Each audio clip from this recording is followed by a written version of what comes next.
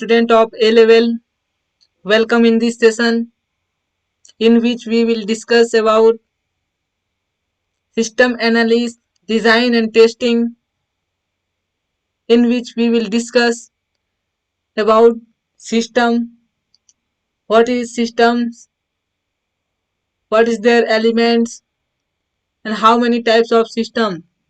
So before discuss about the systems and their elements and as well as type, I request to all of you, please share this video and comment on the comment box.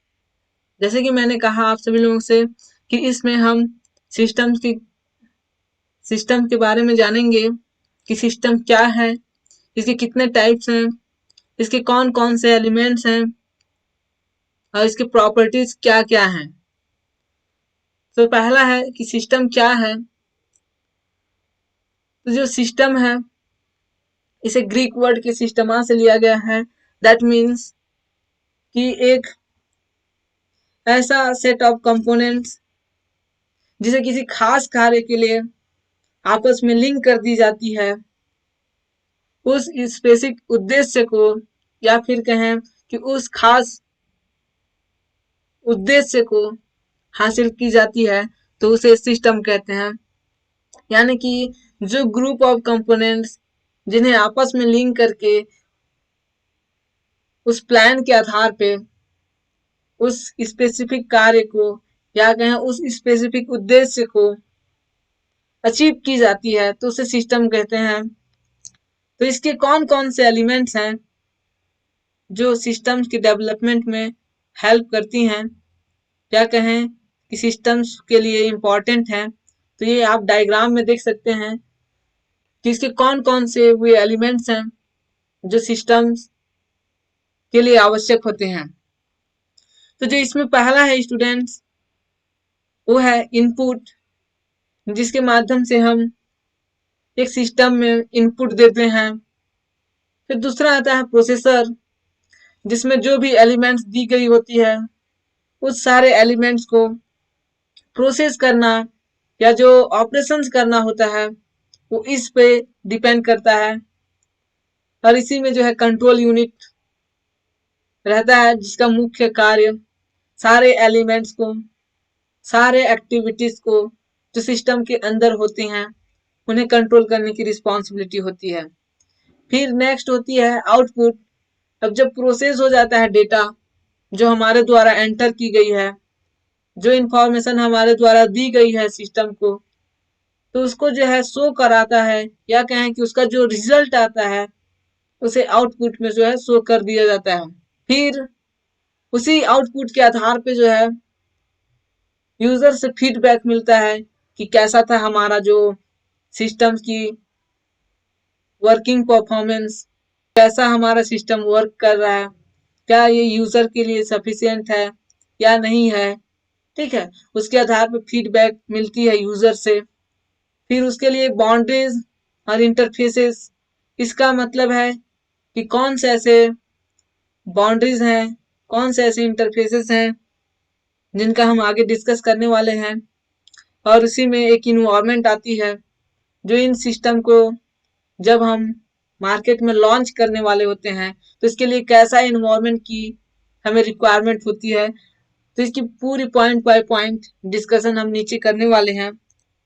तो सबसे पहले हम देखते हैं कि output और inputs क्या है। ठीक है, तो जो किसी भी सिस्टम का मुख्य कार्य क्या होता है, तो किसी भी सिस्टम का मेन उद्देश्य जो होता है दिए गए इनपुट्स को आउटपुट में चेंज करने की, जो कि उसके यूजर के लिए क्या हो, यूजर के लिए यूजफुल हो। ठीक है, फिर जो है इनपुट्स क्या है, तो जो इनपुट्स है वो हमारे द्वारा एंटर की गई या यूजर के द्वारा एंटर की गई इंफॉर्मेशन होते हैं या इंस्ट्रक्शन होते हैं जो सिस्टम के अंदर प्रोसेस के लिए दी जाती है। ठीक है, तो उसे जो है हम इनपुट्स कहते हैं। तो आउटपुट क्या है, तो जो भी प्रोसेस की गई डेटा है उसका आउटकम है। ठीक है, कहने का अर्थ है कि जो हमने इनपुट्स दी थी सिस्टम को, उस इनपुट्स को ऑपरेशन करने के बाद जो भी ऑपरेट हुआ, जो भी उसमें उसमें जो भी प्रोसेस हुआ, उसके बाद जो रिजल्ट हमारे पास आती है, दैट इज कॉल्ड आउटपुट। फिर नेक्स्ट है प्रोसेसर, जिसे सीपीयू या कहें सेंट्रल प्रोसेसिंग यूनिट भी हम कहते हैं।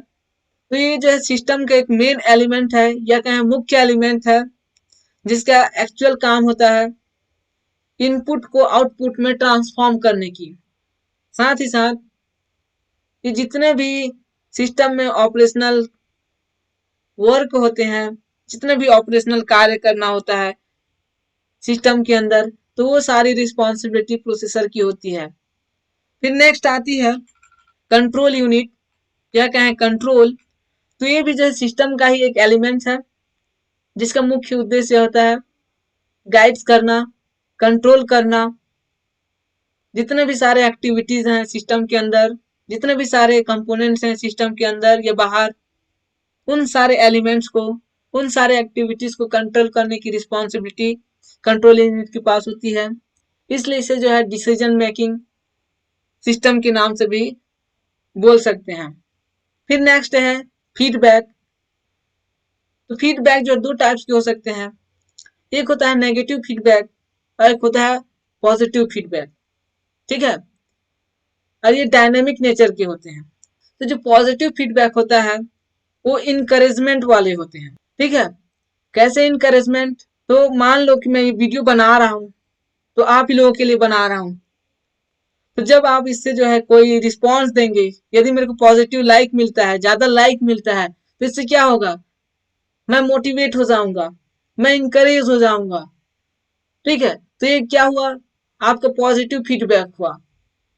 तो नेगेटिव फीडबैक क्या है?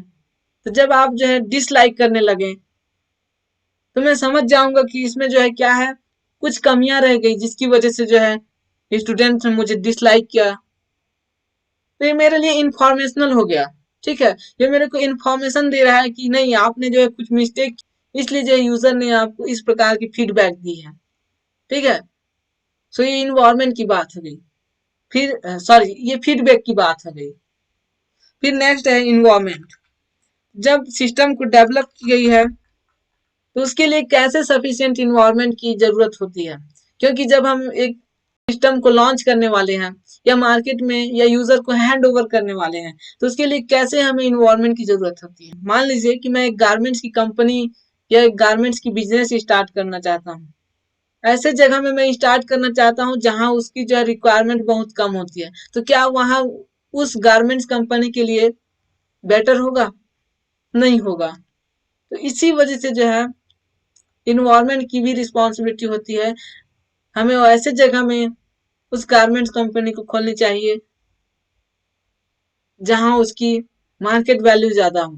ठीक है, जहां वो आसानी से कस्टमर तक उसको जो है पहुंचाया जा सके, तो उस जगह पे जो है उसके लिए सफिशिएंट इन्वायरमेंट होगा। तो ठीक उसी प्रकार जो है एक सिस्टम के लिए ऐसे इन्वायरमेंट जहां उसकी रिक्वायरमेंट्स है, ऐसे टाइम में हम उसे लॉन्च करें जब उसको लोग ज्यादा रिक्वायरमेंट है। ठीक है, so that is called sorry environment. So that is called environment. So next point है प्रॉपर्टीज ऑफ सिस्टम। तो इसमें जो है कितने टाइप्स की प्रॉपर्टीज हैं, इसके बारे में हम एक एक करके देखते हैं कि इसके लिए कौन से प्रॉपर्टीज की रिक्वायरमेंट होती है। इसमें जो है प्रॉपर्टीज में पहला आता है आपका ऑर्गेनाइजेशन। तो किसी भी कंपनी के लिए या भी किसी भी सिस्टम के लिए उनका ऑर्गेनाइज होना बहुत ही इंपॉर्टेंट होता है।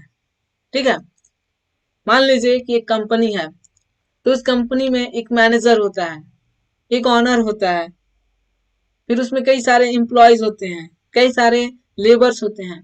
तो ये सारे क्या होते हैं? एक ऑर्गेनाइज होते हैं, एक संगठन में जुड़े हुए होते हैं उस कंपनी में। ठीक है, और ये सारे आपस में कार्य करके उस स्पेसिफिक जिनका उनका मुख्य उद्देश्य है उसको अचीव करते हैं। तो ठीक उसी प्रकार से एक सिस्टम में जितने भी सारे कंपोनेंट्स हैं, उन सारे कंपोनेंट्स को आपस में जो है ऑर्गेनाइज कर दिया जाता है, आपस में उन्हें जो है संगठित कर दी जाती है। जैसे आपका कीबोर्ड हुआ, माउस हुआ, प्रिंटर हुए, जितने भी सारे कंपोनेंट्स हैं, इन्हें आपस में जो है ऑर्गेनाइज करके रखा जाता है, दैट इज कॉल्ड ऑर्गेनाइजेशन। फिर नेक्स्ट है इंटरेक्शन। इंटरेक्शन दैट मीन्स कि वो कैसे आपस में एक दूसरे के साथ क्या कर रहे हैं, इंटरेक्ट कर रहे हैं, कैसे वो एक दूसरे के साथ कम्युनिकेट कर पा रहे हैं, कैसे एक दूसरे के साथ वो कम्युनिकेट कर पा रहे हैं, ठीक है, that is called interaction. Next है इंटरडिपेंडेंस। इंटरडिपेंडेंस दैट मीन्स कि प्रत्येक जो कंपोनेंट्स हैं वो आपस में कैसे एक दूसरे पर निर्भर है, ठीक है, दैट इज कॉल्ड इंटरडिपेंडेंस। फिर नेक्स्ट आती है इंटरीग्रेशन। सो इंटरीग्रेशन में क्या होता है, जितने भी कंपोनेंट्स होते हैं सिस्टम की, उन सारे कंपोनेंट्स को कैसे एक जगह एकत्रित करके रखा जाए। जैसे सीपीयू हुआ, माउस हुआ, प्रिंटर हुआ, स्कैनर हुआ, कीबोर्ड हुआ, मॉनिटर हुआ, इन सारी चीजों को क्या करें, एक जगह में जो है इंटीग्रेट करके रखें, एक जगह में इकट्ठा करके रखें, दैट इज कॉल्ड इंटीग्रेशन। फिर सेंट्रल ऑब्जेक्टिव, जैसे कि मैंने एक एग्जांपल दिया कि कंपनी में जिसमें जो है ऑनर है, मैनेजर है, कई सारे एम्प्लॉयज हैं, लेबर्स हैं, तो ये सारे का काम क्या होता है, एक स्पेसिफिक ऑब्जेक्टिव जिनका मुख्य उद्देश्य क्या है, उस उद्देश्य को प्राप्त करना जिसके लिए वो काम कर रहे हैं, जिसके लिए वो कंपनी है, ठीक है। सो उनका सेंट्रल ऑब्जेक्टिव हो गया। तो ठीक उसी प्रकार एक सिस्टम में जितने भी सारे कंपोनेंट्स हैं वो सारे आपस में मिलकर क्या कर रहे हैं, एक सेंट्रल ऑब्जेक्टिव जिसके लिए उन्हें आपस में एक ऑर्गेनाइज करके रखा गया है, ठीक है, that is called central objective. फिर नेक्स्ट है टाइप ऑफ सिस्टम्स, कि कितने टाइप्स के सिस्टम होते हैं। तो इसमें कई टाइप्स के सिस्टम है, जिसमें है physical and abstract system, open and close system, adaptive and non-adaptive system, permanent and temporary system, natural and manufactured system, deterministic and probabilistic system, और लास्ट है social, human, machine and machine system. तो ये सारे जो है systems के type हैं, जिसमें हम पहला देखेंगे फिजिकल एंड एब्स्ट्रैक्ट सिस्टम। तो जैसे कि नाम से ही स्पष्ट है कि वे सिस्टम जिनको हम क्या करें, टच कर सकें, फील कर सकें, ठीक है, that is called physical system. Physical system क्या होते हैं, एक टेंजिबल एंटिटीज होते हैं, ठीक है, जैसे कि मैंने कहा कि टच और हम फील कर सकते हैं। तो ये दो टाइप्स के हो सकते हैं, एक स्टैटिक नेचर के होते हैं, एक डायनेमिक नेचर के होते हैं। यदि एग्जांपल की बात करूं तो एग्जांपल में जो है डेस्क है, आपका चेयर है, ये सारे क्या है, physical part of computer centre के, किसी भी कंप्यूटर सेंटर का क्या है, ये सारे क्या है, फिजिकल पार्ट है किसी भी कंप्यूटर सेंटर के, जो स्टैटिक नेचर के होते हैं।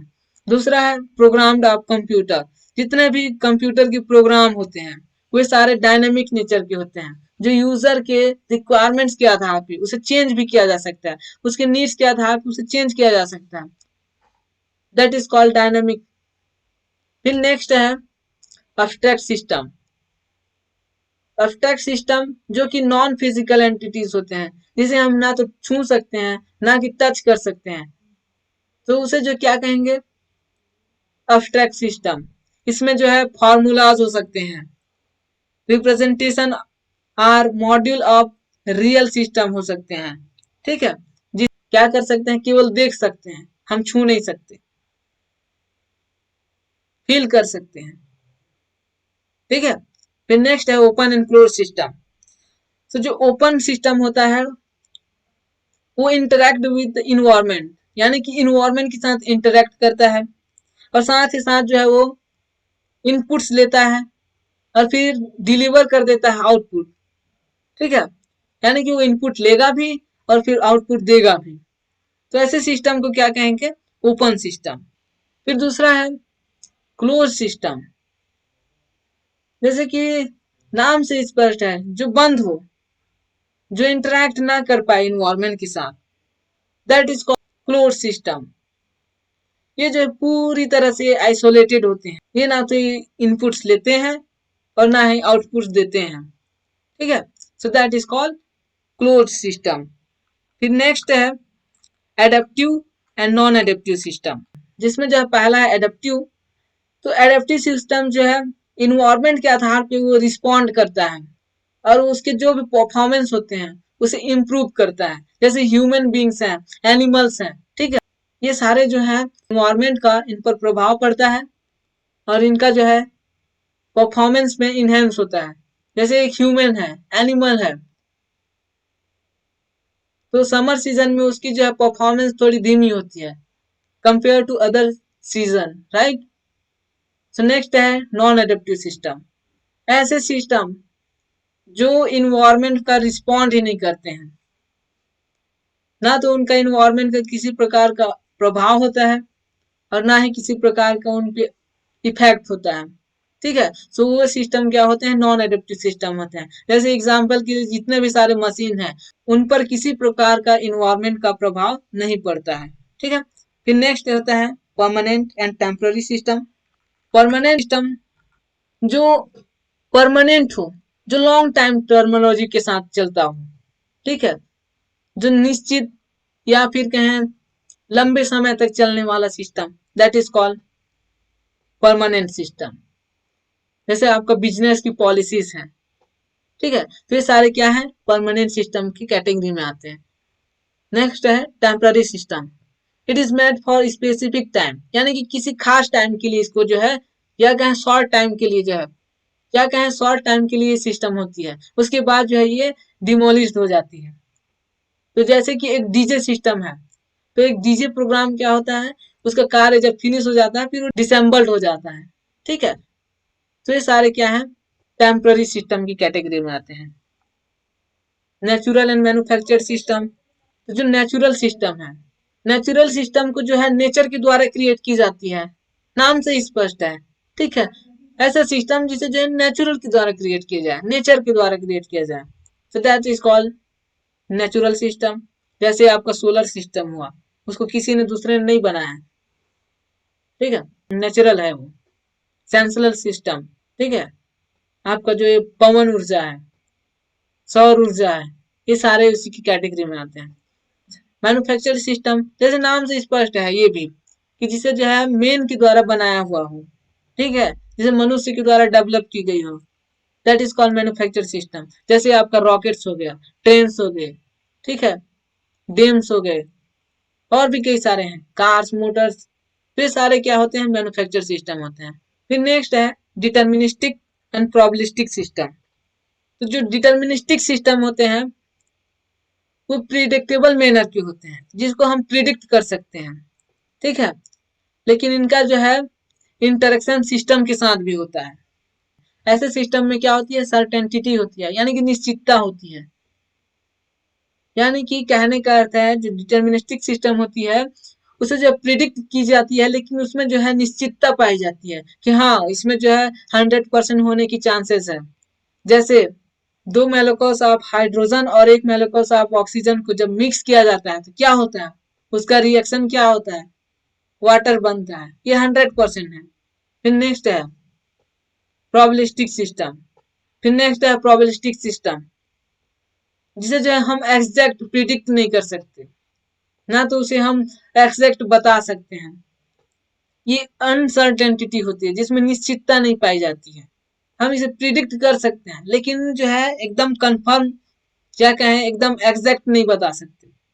ऐसे सिस्टम को क्या कहेंगे, प्रोबेबिलिस्टिक सिस्टम। जैसे आपका वेदर फॉरकास्टिंग है, मेल की डिलीवरी है, क्या हम इसे बता सकते हैं एग्जैक्ट, क्या हम वेदर की फॉरकास्टिंग कर सकते हैं, भविष्य की कल्पना कर सकते हैं कि कल क्या होने वाली है, हम प्रिडिक्ट कर सकते हैं, हाँ पानी गिरेगा कल, ये प्रिडिक्ट कर दिया जा सकता है, लेकिन हम एग्जैक्ट नहीं बता सकते कि कितना पानी गिरेगा और शायद गिरेगा भी कि नहीं गिरेगा। 100% हम नहीं बता सकते, 99.9% बता सकते हैं लेकिन 100% नहीं हो सकता। That is called probabilistic system. फिर नेक्स्ट है social, human machine and machine system. तो सोशल सिस्टम देखते हैं कि सोशल सिस्टम क्या है, जिसे जो है मनुष्य के द्वारा, यानी कि लोगों के द्वारा डेवलप की गई है, तो that is called social system. जैसे सोशल क्लब हो गया, सोसाइटीज हो गया, ठीक है, तो ये सारे क्या होते हैं, सोशल सिस्टम की कैटेगरी में आते हैं। फिर ह्यूमन मशीन सिस्टम, ये क्या है, तो इसमें जो है ह्यूमन और मशीन दोनों की इन्वॉल्वमेंट होती है। दोनों की जो है रिलेशन होती है, दोनों एक दूसरे के साथ काम करके जो है एक पर्टिकुलर टास्क को कंप्लीट करते हैं। That is called human and machine system. जैसे कंप्यूटर का प्रोग्राम है तो उसमें जो है केवल कंप्यूटर ना किसी कार्य को कर सकता है और ना केवल मनुष्य कर सकता है, ठीक है। इसके लिए दोनों की जरूरत है, यानी कि ह्यूमन भी और कंप्यूटर भी। फिर नेक्स्ट आती है मशीन सिस्टम। ह्यूमन की इंटरफेरेंस को नेगलेक्ट की जाती है, यानी कि उसमें ह्यूमन की कोई जो है जरूरत नहीं होती है। That is called machine system. जैसे ऑटोमोस रोबोट हैं, आजकल के जो रोबोट हैं इसमें ह्यूमन की जरूरत नहीं होती है, केवल रोबोट ही वो काम कर सकते हैं।